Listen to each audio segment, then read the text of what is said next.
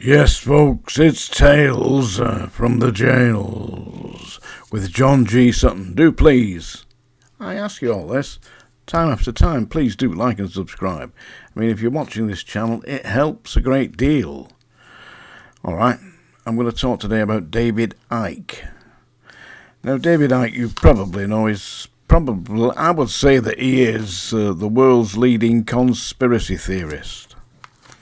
He actually believes that members of the royal family of Great Britain are really reptiles and that they can transform and shapeshift into lizards. He's expounded this theory numerous times. You've got to say to yourself, if that's one of his conspiracy theories, and what are the rest like? I mean, who believes that? Do you believe that? Personally, I find it very difficult to even take the man seriously because I know one or two things about David Icke, and I am now going to disclose them to you. If we go back to the year 1999, when I was managing the career of the psychic medium and forthcoming star of Most Haunted, that super fake trance medium, ACORAH, I was at his house one day and he said, "I'm going to play you something, John." Yeah, I said, "Oh, hit me with your rhythm stick, Derek, go on." So he got out this little miniature tape recorder. It was when they were using cassettes, and he played it me back, and it was this recording of a telephone conversation. It was quite the most ridiculous telephone talk I've heard for a long time. And he said, "This is from Los Angeles in America." I said, "All right." I said, I'll have a listen to it. He said, "Just listen to that." And it was all nonsense about wormholes in space, and with ACORAH telling this guy at the other end of the telephone about how he was going to uncover all these mysteries of the world and how everybody in the world would know his name and how rich and famous he was going to be. And this guy's going on about aliens from outer space infiltrating the world, how they walked amongst us, and how we were not really who we think we are, and that, of course, he was still waffling on about the royal family then, and saying that he had evidence that they were transforming into lizards, and that he'd seen, I think it was the Prime Minister, previous Prime Minister, Edward Heath. He said he had interviewed him and seen him change into a reptile whilst he was interviewing him, and how Edward Heath and he had been at one of these like a witch's coven where they're all dancing round the fire. He said, and whilst I was there, he saw Edward Heath transform into a lizard. And it was on and on and on like that, with ACORAH encouraging him, "More of this, the world needs to know. He said, you're going to write all these books." So I listened to this. It was about half an hour. I sat down in the lounge at ACORAH's house. He lived at a place called Scarisbrick near Liverpool, on the way to Liverpool, So when we'd finished listening to this, he said, "Who do you think that was?" I said, "I think it's somebody who is extremely delusional." He said, "Well, that, in actual fact, was a man called David Icke." He said, "David Icke has been my client for numerous years now."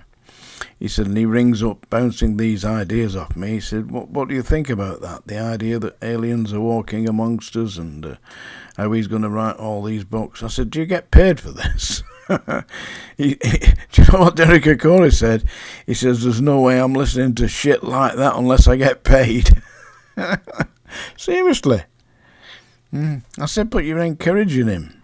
He said, "If he wants to believe that shit, then let him get on with it." That was ACORAH's approach to the whole thing.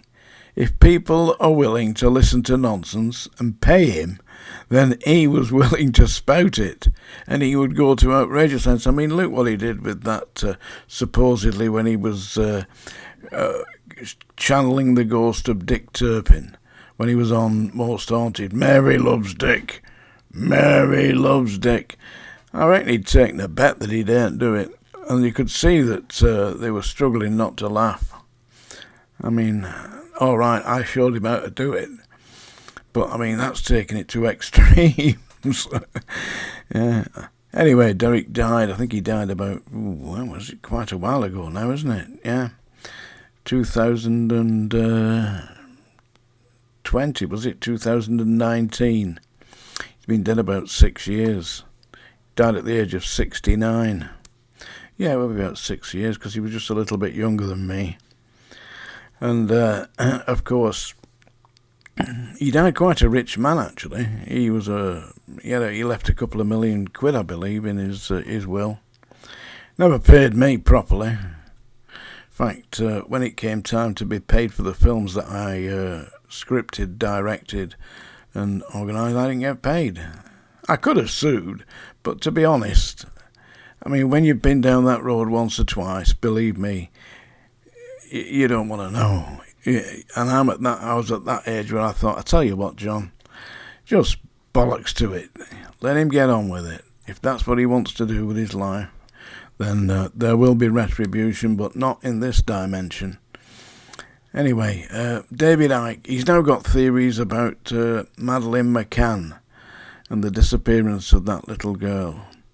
Well, I don't exactly know what happened. I mean, I've got insights into this that probably may be better than other people's. They may not be, but I mean, you can take it or leave it. I'll offer you my opinions if you want. Hands up, all those who want to hear my opinion. Yeah, okay, right, you've got it. Yeah, I think that the man, the doctor, the father, was actually administering sleeping tablets or medication to the children before he went out on his rambles with his wife, because I believe that they were... Now, this is just my belief. This is my opinion, by the way. You know, I'm not saying that this is fact, and I'm not trying to defame them in any way, but in my opinion, I think they were swingers. You know what I mean? Swingers, when you go out and exchange partners and dance. Let's change the partners and dance. But they weren't exactly dancing, if you get the gist of it. So I think that what he was doing was administering sedatives to his children to allow them to sleep through the night, and that something had gone wrong. And I believe that Madeleine McCann had actually had an adverse reaction to whatever medication he'd supplied to her, and that she was subsequently uplifted and removed at the behest of the McCanns. See, the first words that were recorded by from the mother was that she came back and said, she didn't say Madeleine's gone missing, which is what I would have said. I can't find Madeleine. Help, we've got to go and find her. She came back and said, they have taken her. So anyway, David Icke's got his theories. He's expounding them on YouTube. Go and have a look. He gets himself all over the place, and to a certain extent, I would say that Derek ACORAH, when he was giving readings to David Icke all those years ago, was quite correct. He is internationally famous for spouting utter bullshit, by the way, but he is. And he has had hundreds of books, and he's made an absolute stack amount of money on spouting crap. Invented total bollocks. I mean, if you believe that Elizabeth II, I mean, she was the Queen. I'm not a great royalist, but I believe she did her duty. And if he wants to expound the idea that she used to turn into a lizard at night, then the man's barking mad. And he relapsed into the vernacular then. But I won't do, because it's a really half-sensible channel, this, you know. Listen, I know I've lapsed off the jails bit a little in the last couple of days, but I hope you're enjoying this. And this is the Song Dinger, folks. I've previously introduced it many times. It brings tears to Larry's eyes, you know. Larry and I have got some things in common, do you know? He's a bloke and he lives in Rotherham, and I'm a bloke and I live in Lancashire. Rotherham's in Yorkshire, by the way. I'm going to sing a song now, because you had your warning. You've had it. That's the song dinger. And I'm now going to sing. This was recorded originally by the Platters, subsequently recorded by that child molesting pervert PJ Proby, and it was released on his second album, PJ Proby. Yeah, and it was also on the flip side of his single, the A side being That Means a Lot, written by Lennon and McCartney, because he actually knew Lennon and McCartney, although I'm not too sure that Paul was any enamoured with the maniac.